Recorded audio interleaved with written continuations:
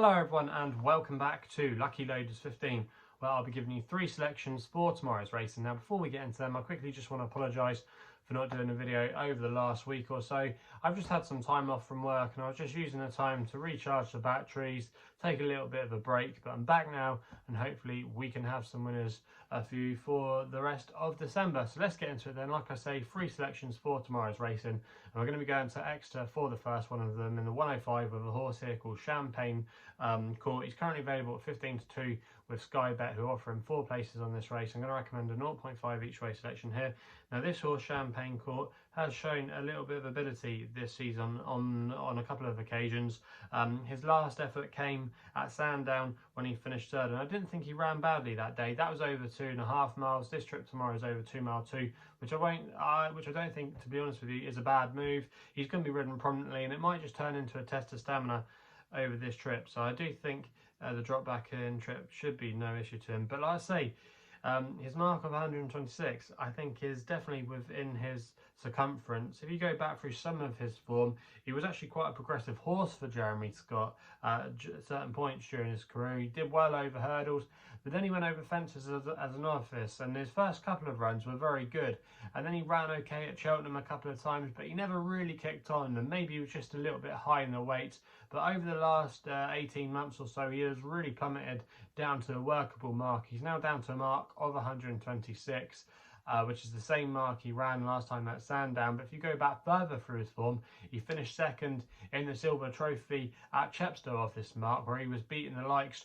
of Indefatigable, Imperial Aura, you know, some really good horses there. And I just think now he's found his level, and this could potentially be his derby tomorrow. It's interesting as well, connections are keeping him on the tongue tie.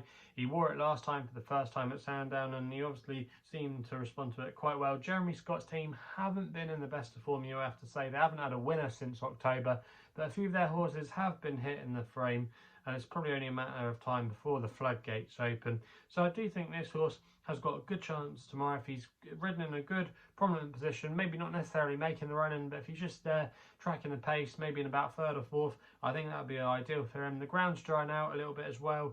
It'll be soft, but it's dry tomorrow at Exeter, so it might just ride on the easy side of soft. So yeah, I think he's got a good chance in this race tomorrow, and I'd be disappointed if he couldn't give us a good run for our money. I think he's got good credentials there off his mark of 126, and Lorcan Williams as well isn't a bad jockey book, and he's only ever ridden him on 2 occasions. When he did ride him, Lorcan, he finished second on both times, so hopefully he can go one better tomorrow.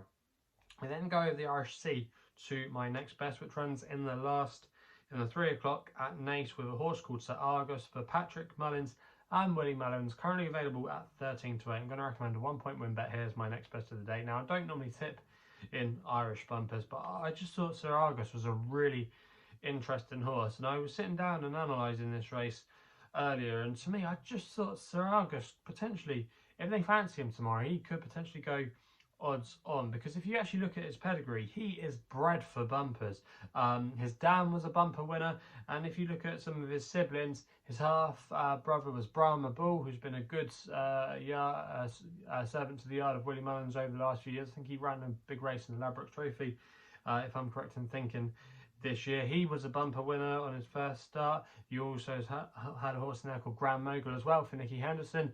That horse won on its first start in a bumper company. So there are quite a few bumper winners in this horse's pedigree, suggesting that that's definitely going to be an advantage tomorrow. And I just thought the standard of what he had to beat wasn't that strong. I didn't like Noel Meathorse that much. I didn't think the form amounted to much there.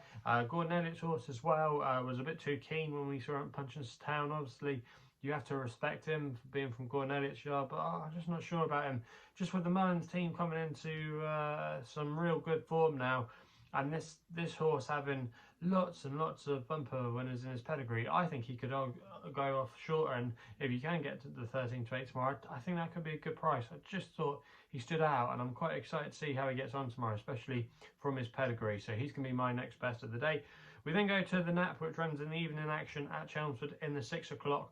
Now, this is the feature race on the cards here tomorrow, but I'm going to take a chance on the outsider of the main market 4, and that's Moliwood for Marco Gianni and Marco Botti, currently available at 9 to 2. Going to recommend a 1-point win bet here.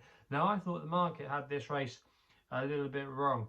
Now, last time we saw Moliwood, he was a good winner when when I thought he was probably worth than the winning margin, a bit more than the winning margin suggests at Wolverhampton, when he was making all there in a Class 4 handicap. He went off favourite that day.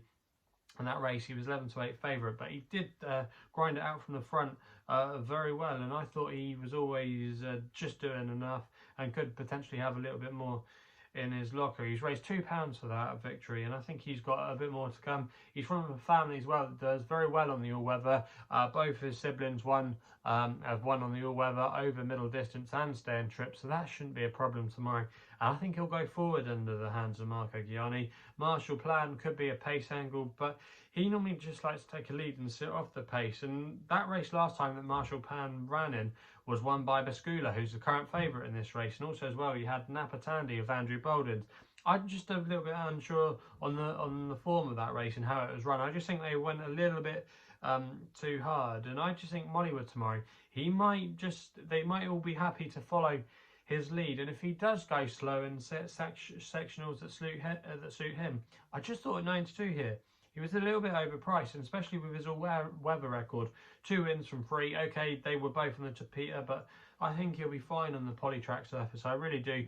I think he's going to be one of these horses that are definitely better on the all-weather compared to the turf. And yeah, if he can get an easy time on the front end of things tomorrow, I just thought he could be quite hard to peg back. And 92 there, I'm willing to take a chance. So hopefully he can get the job done for us there in the 6 o'clock at Chelmsford. So they're the 3 selections for tomorrow's racing. Let me know in the comments box below what you fancy tomorrow. If you're still enjoying these videos, remember to hit the thumbs up button and subscribe here to my YouTube channel at LuckyLoads15. If you want to follow me on social media, Twitter is the place to do so, where you get all the updates on why I'm not uploading videos. So make sure you follow me on there. Also as well, if you want to find out a bit more about myself, my website is www.chrisloaderracing.co.uk. Please game responsibly. Hopefully we can have some winners for you tomorrow, and we'll be seeing you soon.